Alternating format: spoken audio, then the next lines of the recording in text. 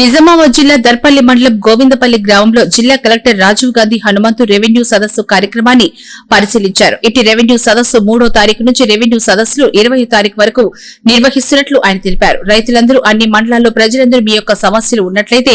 భూభారతి చట్టం కింద దరఖాస్తు చేసుకోవాలని కలెక్టర్ విలేకరులతో సమావేశంలో తెలిపారు. ఈ అప్లికేషన్స్ ఇచ్చిన వారి అన్ని ఓ కమిటీ ఏర్పాటు చేసి సమస్యలు పరిష్కరిస్తామని హామీ ఇవ్వడం జరిగింది.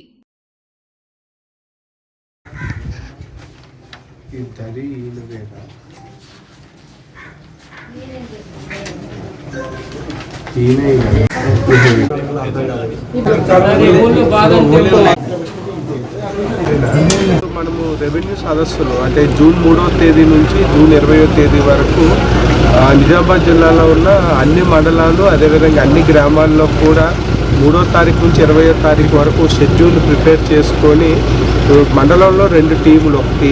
తహసీల్దార్ ఆధ్వర్యంలోని, రెండో టీము డీటీ ఆధ్వర్యంలో 2 విలేజ్ల్లో కూడా ఎవ్రీడే మనము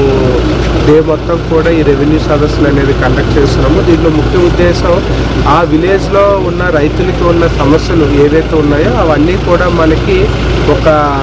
మనము ప్రొఫార్మా ప్రకారంగా అప్లికేషన్ తీసుకోవడము, తర్వాత మనకి రెవెన్యూ సదస్సులు కంప్లీట్ అయిన తర్వాత అవన్నీ కూడా మనము ఎంక్వైరీ కంప్లీట్ చేసి ఏదైతే మనకి భూభారతి రూల్స్ ఉన్నాయో రూల్స్ ప్రకారంగా ఎంక్వైరీ కంప్లీట్ చేసుకొని ఈ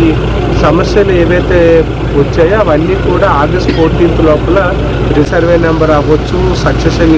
వన్స్ ఈ